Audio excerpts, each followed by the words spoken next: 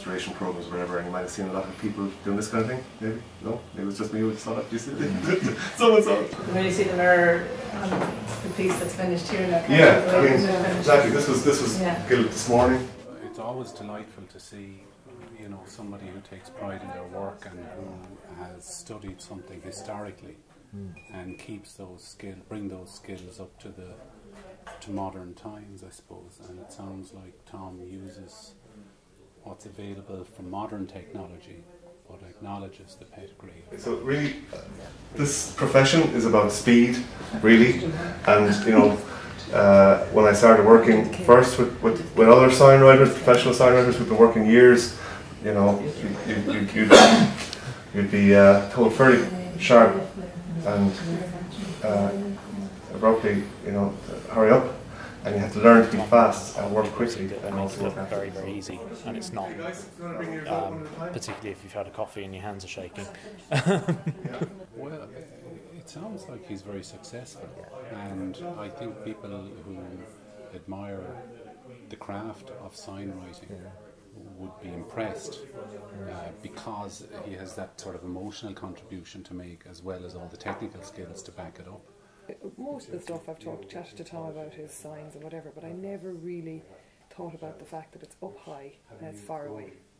When we're getting used to so much sort of transience and disposability around these times, when somebody has something physically beautiful that's been created and there's an authenticity about it. I think people that are into traditional crafts and traditional trades, we kind of, in some respects, are very similar to each other, even if we come from different disciplines. So, well, one of the reasons I came along is because I'm interested in learning new things, and you know, I never thought about painting on glass before, and the fact that everything has to be done in reverse, and the limitations that creates, which requires a kind of much greater depth of thinking and planning. And I certainly would have walked plenty of beautiful signs and not appreciated the work that went into them. And the great thing about a class like this is when we go off and create something ourselves, we're all better educated and will be far more observant. I'd be much more inclined to sit down if I'm having a coffee out in the street and look at the signs and appreciate the craftsmanship that goes into it. Oh yeah, I mean, I didn't really come up with any expectations, so it's exceeded, you know.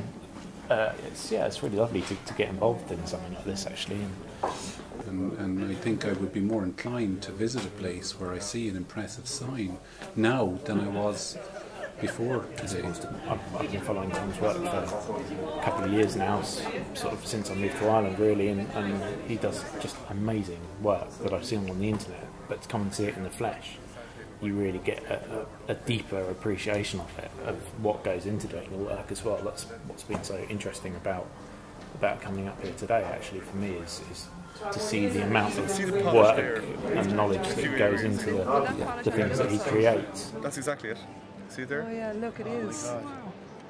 If someone who owns a shop is going to have a properly crafted sign like that, it says something about their aspirations, about the quality of what they're about, and about how much they value their own business.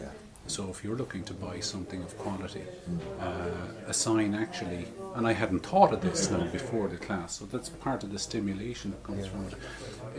You know, it says a lot now, a lot more to me than it did before.